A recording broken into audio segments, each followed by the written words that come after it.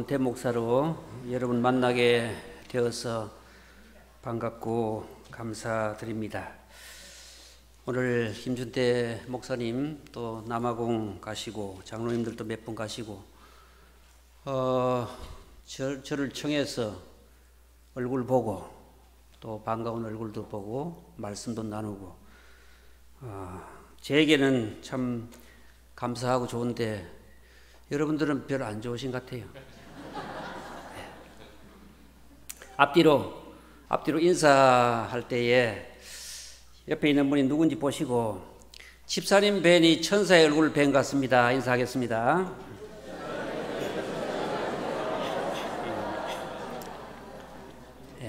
인사 안 한 쪽으로 한쪽으로 더 이쪽 보고 집사님이 행복해야 제도 행복합니다. 인사하겠습니다.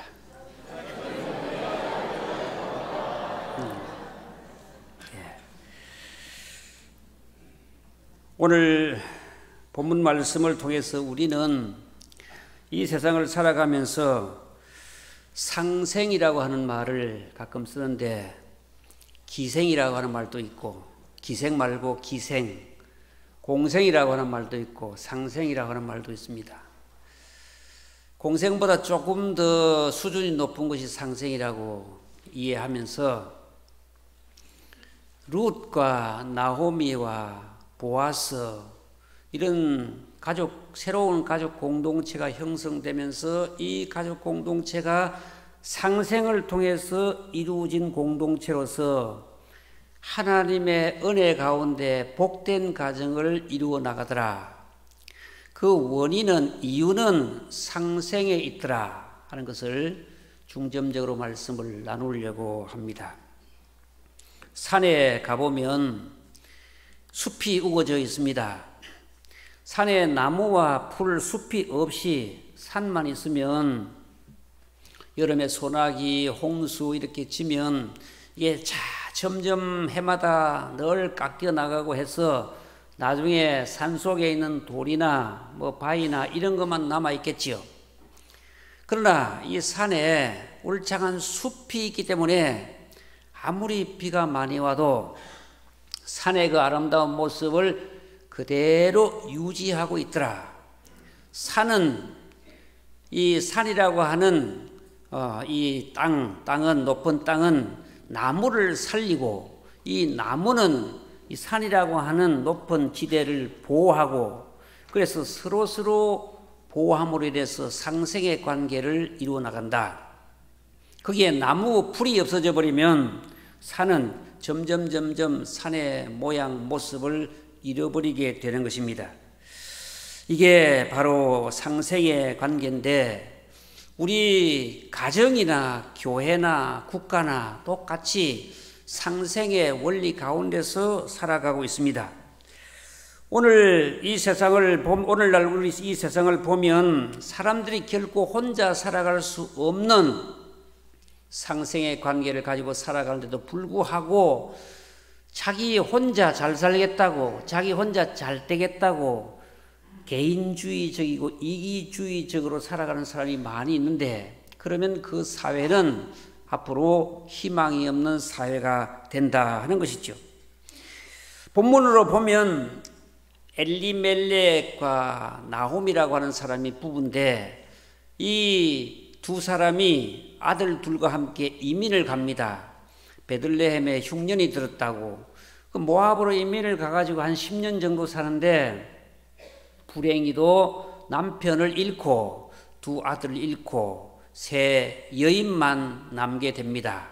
나호미와 룻과 또 둘째 자부와 이렇게 세 여인만 남게 되는데 이 나호미가 이 룻과 오르바를 불러놓고 이렇게 말합니다.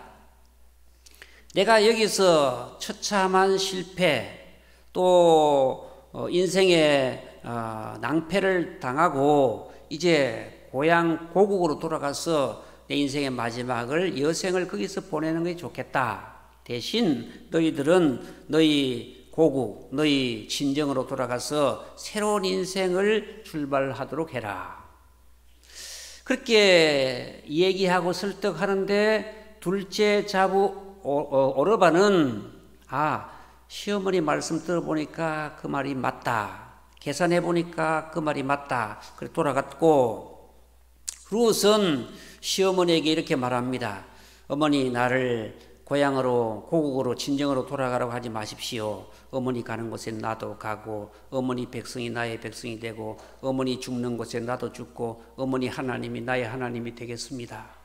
단단히 결단하고 어머니와 함께 베들레헴으로 돌아오는데, 이것이 바로 상생의 관계다. 나 혼자 살겠다고 친정으로 돌아가는 것이 아니라 나는 어머니를 살려야 되겠다. 저 처량하고 불쌍한 나이 많은 남편이 있나 자식이 있나 뭐 돈이 있나 저 나이 많은 여인을 혼자 홀로 두고 내가 어떻게 내 잘 살겠다고 고국으로 돌아가겠나, 친정으로 돌아가겠나. 그래서 어머니를 끝까지 시어머니를 따라가는 것이 바로 상생의 관계다 하는 것이죠.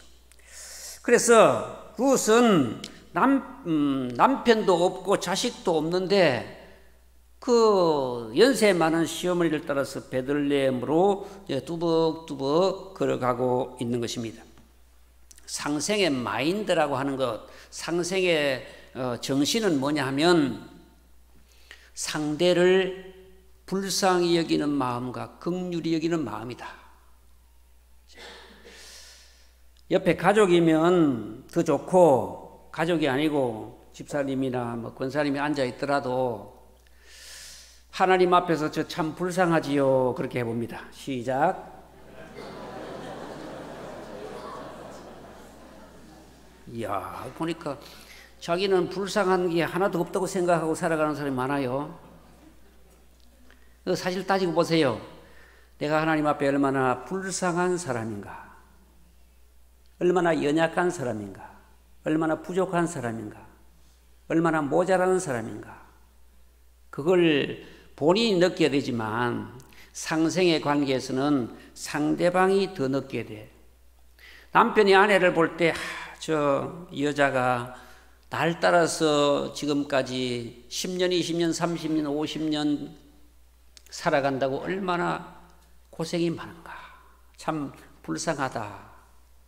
이 긍휼히 여기는 마음이 일어날 때 이 상생의 관계가 일어나거든요. 룻은 시어머니를 홀로 베들레헴으로 유대 땅으로 보내는데 불쌍한 마음이 막 올라와. 긍휼히 여기는 마음이 올라와. 저 연세 많은 할머니 다 된 저 여인을 어떻게 혼자 저렇게 보낼 수가 있나. 그래서 긍휼히 여기는 마음과 불쌍히 여기는 마음이 그 속에서 일어났을 때 그게 상생의 마인드, 상생의 정신이 그 속에서 일어나게 되더라 하는 것이죠. 여러분들, 나태주 시인이 이런 시를 썼어요. 뭐 자세히 보아야 예쁘다, 오래 보아야 아름답다, 뭐 이런 얘기를 시를 썼는데, 그 나도 그렇게 얘기할 수 있는데 별것 아닌 거 가지고 그분이 떴어요. 네. 저는 아직 안 뜨고 있는데, 예. 여러분들이 여러분의 가족을 한번 자세히 보십시오. 깊이 있게 보십시오. 그래야 긍휼히 여기는 마음이 일어나, 불쌍히 여기는 마음이 일어나, 사랑의 마음이 일어나, 애틋한 마음이 일어나, 애련한 마음이 일어나. 그게 상생의 정신이거든요. 저 사람 잘 먹고 잘 살고 나보다 잘 나가고 뭐 건강하고 문제 없고 지 알아서 다 살고, 그러면 상생의 정신 마음이 일어나질 않아요. 저 사람이 나하고 결혼해서 저 사람이 내 남편이 돼가지고 내 못된 성격에 얼마나 고생이 많은가. 우리 집사람 얘기는 아닙니다. 저 사람 나 만나가지고 평생 얼마나 고생 많아, 얼마나 힘들었을까, 얼마나 고생이 나를 위해서 고생 많아. 이런 배우자 간에 이런 마음 정신이 있을 때 상생의 마음이 거기에서부터 싹 트고 일어난다. 룻은 시어머니를 볼 때 너무 안타까워. 시어머니는 룻을 볼 때 너무 불쌍해. 서로 불쌍한 관계. 그래서 너는 이제 새로운 인생을 출발해서 불쌍한 거 이제 그만하고 새로운 인생을 좋은 신랑 만나서 살아라. 아니요, 불쌍한 어머니를, 성경에는 그런 말씀이 없지만 내용은 불쌍한 어머니를, 연로하신 시어머니를 두고 내가 어떻게 내 혼자 행복할 수가 있나요? 그런 마음, 그게 상생의 마음입니다. 뿐만 아니라 상생의 마음은 보상이나 대가를 생각하지 않고 비록 불이익이나 손해를 당할지라도 상대방을 위해서 내가 희생적으로 살아나가겠다. 우리 성도들이 주님을 위해서 희생하고 가족을 위해서, 교회를 위해서 희생, 봉사, 헌신해 왔습니다. 그러니까 교회가 상생의 교회가 되는 거죠. 봉사하기 싫어하고 헌신하기 싫어하는 교회 많이 있습니다. 그냥 내 편하겠다고 하나님 앞에 예배드리고 하나님 이제 됐지요. 제 금주에 하나님 앞에 예배드렸습니다. 그리고 자기의 삶의 현장으로 가버리는 성도들이 얼마나 많은지 모릅니다. 희생, 봉사, 헌신 안 하려고. 그 상생의 정신이라고 볼 수가 없는 것이죠. 상생의 정신은 내가 헌신하고 봉사하고 사명 감당하고 그 보상이 내게 오지 않더라도, 그 대가가 나에게 오지 않더라도 자기가 하나님 앞에 비록 또 대인관계에서 불이익이나 손해를 당할지라도 내가 감당해야 될 일을 끝까지 감당해 나가겠다. 룻은 저 시어머니, 연세 많은 시어머니, 홀홀 단신, 아무것도 손에 가진 것 없는 저 시어머니를 따라가 가지고는 내가 평생 뒷바라지, 평생 고생, 평생 죽을 때까지 고생만 하다가 내 인생 몽당정필이 되어서 끝나는구나. 이런 생각이 왜 안 들었겠습니까? 머리에. 그래도 보상이나 또 무슨 대가나 이거 생각하지 않고, 그거 생각하면 시어머니 못 따라가죠. 그거 생각하지 않고 시어머니를 위해서 상생의 정신으로 따라가고 함께 가게 된 것입니다. 구제, 섬김, 전도, 선교 뭐 이런 것도 다 상생입니다. 이번에 우리 교회 그 남아공에 간 것 선교 왜 합니까? 상생이거든, 상생. 우리 한국 교회만 부흥하면 되지.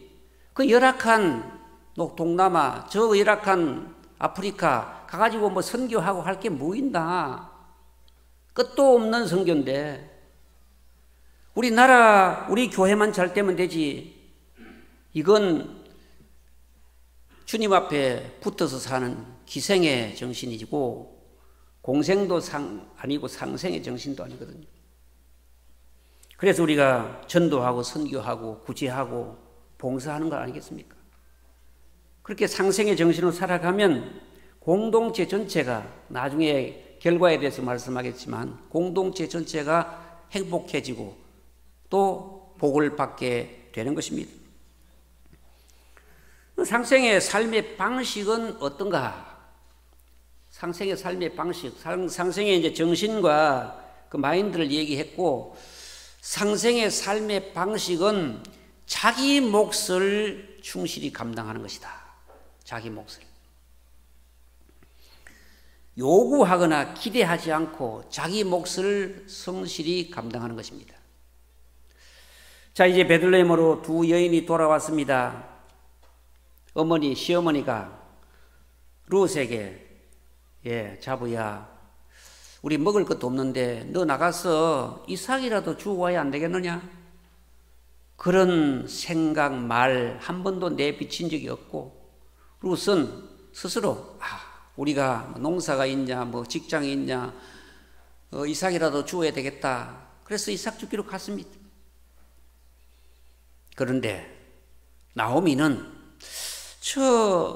우리나라 딸아이도 아니고 저 외국에서 들어온 딸아이가, 며느라이가 어느 밭에 가서 누구든 집 논에 가서 어떻게 이삭을 주어서 얼마나 구박을 받으면서 어떻게 일을 하고 오는지 그걸 다 들어요. 오늘 보아스라고 하는 사람의 집에 밭에서 이삭을 주었습니다. 그래, 그러면 너는 보아스라고 하는 집밭에서 계속해서 거기만 이삭을 주어라. 다른 데 다니지 마라.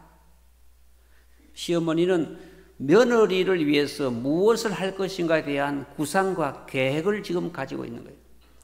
그 사람이 우리 집 자부 룻하고 짝이 되고 결혼했으면 얼마나 좋겠는가. 마음속에 그런 구상을 가지고 지금 일을 하고 있더라. 상생의 삶의 방식은 자신의 몫을 감당해 나가는 것입니다. 자신의 몫을. 며느리는 며느리의 몫을, 시어머니는 시어머니의 몫을.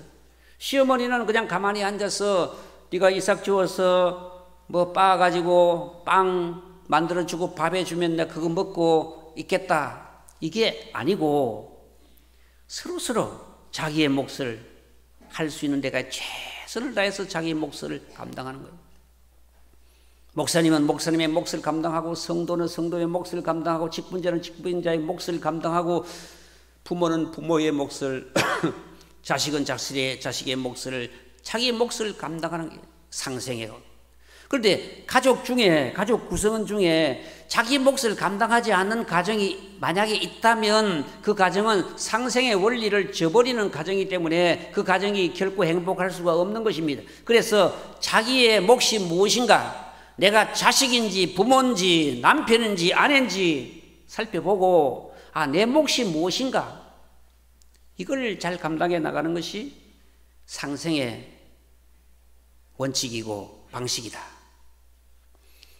제가 이제 은퇴를 하면서 집에서 이렇게 시간이 많은데 보니까 우리 집사람이 40년 넘게 혼자서 설거지하고 빨래하고 밥하고 목회 또 뒷바라지하고 고생했다.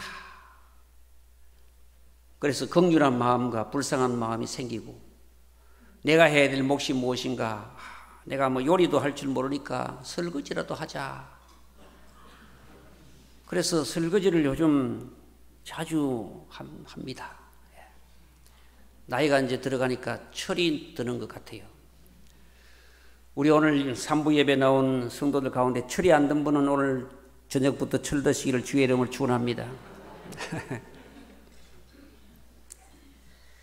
자기 몫이 무엇인가, 이걸 찾아서 하면 상생의 원리에 따라 사는 것이고, 자기 몫 저버리고 살아가는, 자기 목만 챙기고 자기 목만 찾는 사람이 있는데, 그래 가지고는 상생이 안 되고, 자기 몫을 하는 사람, 오히려 자기 몫보다 조금 더 하는 사람, 그러면 그 집이 되고 그 교회가 되고 그 나라가 되는 것입니다. 그 사회가 되는 것입니다. 자기 몫을 찾아서 하는 것이 상생의 방식이다 하는 것이죠. 오늘날은 여성들도 얼마나 할 일이 많습니까? 뭐 전문직에서부터 의사, 변호사, 뭐 판사 할 것 없이 또 뭐 사무직이나 공직이나 뭐 하다못해 또 뭐 근로직이나 뭐 서비스직이나 얼마나 할 일이 많습니까? 당시 구약시대는 남편이 없는 여인은 얼마나 구차하게 살아야 되는지 모릅니다. 할 수 있는 것이 거의 뭐 겨우 이삭죽기인데, 이삭죽기 사시사철 있는 게 아니잖아요. 한 철밖에 없잖아요.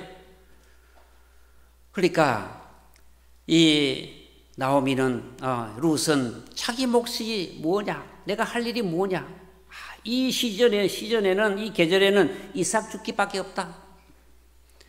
베들레헴 돌아오자마자 이삭을 죽고 그렇게 살아가는 것입니다. 자기 몫에 충실한 여인 나오미, 시어머니도 자기 몫에 충실한 여인, 어떻게 하면 나를 위해서 여기까지 날 복양하겠다고 따라온 저 룻의 미래를 내가 어떻게 해서 행복하게 해줄 수 있느냐, 여기에 모든 전력과 신경을, 관심을, 구상을 거기에 하고 맞추어서 하고 있더라. 시어머니는 시어머니대로 자기의 몫을, 자부는 자부대로 자기의 몫을 이렇게 해나갈 때 그 가정이 된다. 우리 연세 많은 성도들은 내 몫이 뭘까? 내가 이 나이에 뭘 할 수 있느냐? 아닙니다. 생명이 있는 한 사명이 있다. 생명이 있는 한 사명이 있다. 내가 천국 가면 일이 없지만 이 땅에 있는 날까지는 숨쉬고 움직일 수 있는 한까지는 사명이 있다. 역할이 있다. 몫이 있다. 자기 몫을 자기 몫보다 조금 더 이상하면 그 가정이 되고 자기 몫보다 훨씬 못하면 그 가정이 어려워지는 것입니다. 마지막으로 상생의 결과는 어떤가? 상생의 결과는 어떤가? 이렇게 상생의 정신과 마인드를 가지고 상생의 자기의 해야 되는 상생의 방식대로 몫을 다하고 살아가면 결과는 하나님이 복을 주신다. 하나님이 은혜를 주신다.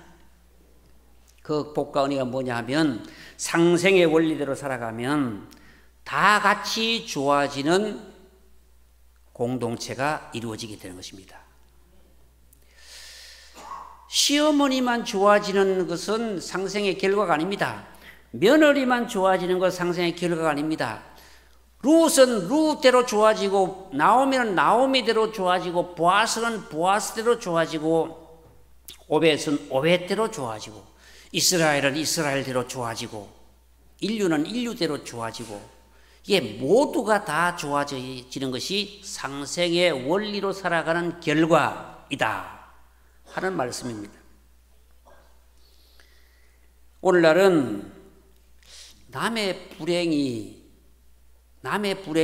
나의 행복이다 이런 생각으로 살아가는 사람들이 들어들어 있어요. 그러나 그것은 결코 남의 불행이 자기 행복이 될 수가 없는 것이죠. 우리 선교팀이 지금 담임 목사님하고 아프리카 갔는데 아프리카 남부에 이런 얘기가 전해지고 있습니다. 아프리카 남부 빈투족이라고 하는 그 족의 어느 중에 이제 우분투라고 하는 말이 있는데 전에도 한번 얘기를 드린 것 같기도 합니다. 어느 인류학자가 넓은 잔디밭에 아이들이 놀고 있는데 불러가지고 내가 저기 멀리 나무에다가 과일, 과자, 사과 맛있는 걸 걸어놨어. 너희들이 여기서 내가 출발 신호 하나 둘 셋 하면 달려가서 쫓아가서 먼저 저 나무에 1번으로 1등으로 터치하면 그 아이에게 이 선물을 바구니를 다 주겠다.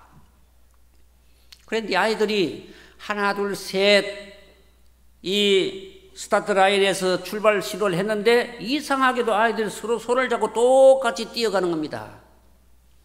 그래서 똑같이 뛰어가서 똑같이 그 나무 바구니에 선물을 내려서 함께 나누어 먹고 깔깔거리고 웃고 즐거워하고 행복해 하는데 이 인류학자가 가서 물었어요. 얘야 얘들아 1등 하면 이거 다 준다고 했는데 왜 똑같이 뛰어가냐. 그때 아이들이 내뱉는 말이 우분투. 나는 1등해서 행복하고 즐겁고 좋은데 나 혼자 행복한데 다른 아이들 다 슬퍼요. 다른 아이들 다 기분이 안 좋아요. 다른 아이들 다 불행해요. 다른 아이들 다 불행한데 내 혼자 어떻게 행복할 수 있나요? 이게 바로 우분투라고 하는 말이에요.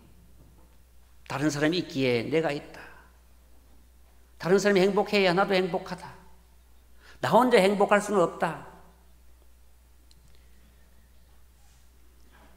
집안에서 어떤 가족이 아픈데, 부모가 아픈데, 자식이 아픈데, 건강한 사람은 하하호호하고 잔치하고 축제하고 맛있는 음식 먹고 그러시는 그런 가족은 없잖아요. 그래서 상생이라고 하는 것은 바로 어떤 결과를 갖다 주느냐. 모두가 다 행복하고 즐거워야 하기에 상생의 결과가 되는 것이다. 우리나라 정치가 정말 걱정입니다. 여러분들도 걱정 많이 하고 또 속상하고 잠도 잘 오지 않고 그런데 이제 교회나 사회단체나 계모임이나 이렇게 하면 정치로 통해서 늘 갈등, 알력, 다툼이 생기고 그래요. 교회는 그러지 마시기 바랍니다. 어떤 사람들은 민주당이 죽어야 나라가 산다 이렇게 생각하고, 어떤 사람은 국민의힘이 망해야 나라가 산다 이렇게 생각하고, 어떻게 그런 논리가 이루어질 수 있습니까? 그건 아니죠. 국민의힘 잘하는 것도 있고 잘못하는 것도 많고, 민주당 잘하는 것도 있고 잘못하는 것도 많고, 그런데 내가 지지한다고 해서 그 단체가, 그 당이 아무리 잘못해도 다 잘못한 거 다 묻어버리고 잘하는 거, 여기 아무리 잘못해도 다 묻어버리고 자기가 지지한다고 잘하는 거, 그래서 서로 갈등과 시비와 다툼과, 뭐 서울 같은 데 한번 보세요. 제가 속이 막 상해요.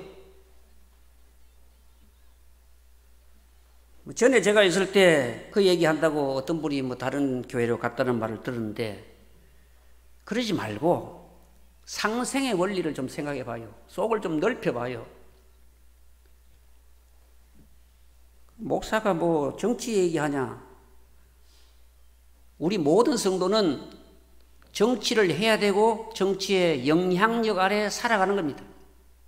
그러나 정치에 편협하게 몰입하고 올인하고 거기에 모든 걸 다 걸고, 그건 땅에 속한 사람들이 하는 것이고, 하늘에 속한 사람들은 우리 주님께서 가이사의 것은 가이사에게, 하나님께서 것은 하나님께 바치라, 통넓게 크게, 나는 이 세상에 속한 자가 아니다, 예수님께서 그렇게 말씀하셨듯이, 우리는 정치를 보는 눈이 세상 사람들과는 좀 차원이 높아야 된다.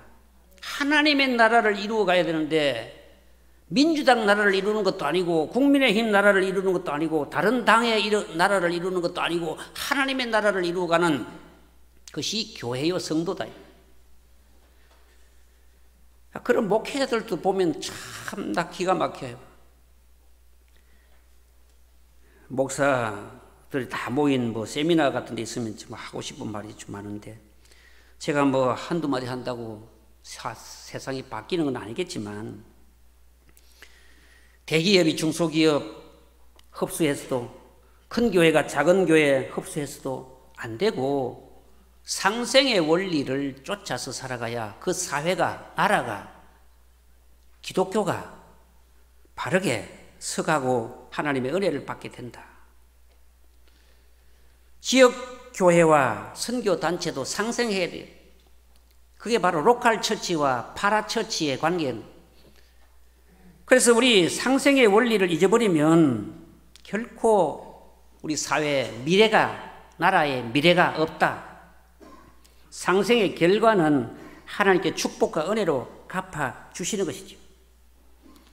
룻은 시어머니의 미래를 걱정하고, 나오미는 룻의 미래를 걱정하고, 그래서 자기들은 며느리의 미래를 책임질 수도, 룻이 시어머니의 미래를 책임질 수도 없는데 상생의 원리를 살다 보니 하나님이 그 가정을 축복해 주셔서 보아스를 만나게 하고 오벳을 낳게 하고, 오벳이 바로 이새의 할아버지가 되고 다윗의 할아버지가 되고, 그래서 그 후손에 예수 그리스도가 오게 되고, 상생의 원리로 살아가다 보니까 가정이 살고 가문이 살고 나라가 살고 인류가 사는 역사가 일어나더라 하는 거예요.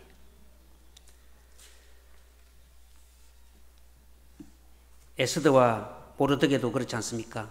그 어린 불쌍한 딸, 아버지도 없는, 어머니 부모가 없는 에스더 키웠더니 그 에스더가 자라서 자기 사촌 오빠 모르드게를 죽음에서 구해줬고, 나라 전체가 몰살당할 수밖에 없는 위치에서 구해내잖아요. 모르드게가 만일 이 에스더를 키우지 않았다면 이스라엘 역사는 어떻게 됐을까? 상생하면 그 결과는 하나님이 축복해 주셔서 승리하고 복되고 귀하고 은혜 충만한 그런 삶을 살게 되는 줄 믿습니다. 상생의 원리로 살아가는 우리 모든 성도들 되시기를 주의 이름으로 축원합니다. 그리고 하신 아버지 하나님, 오늘 룻과 나오미 가정을 통해서 상생의 원리에 대해서 말씀을 나누었습니다. 우리 모든 성도들 이 세상을 살아가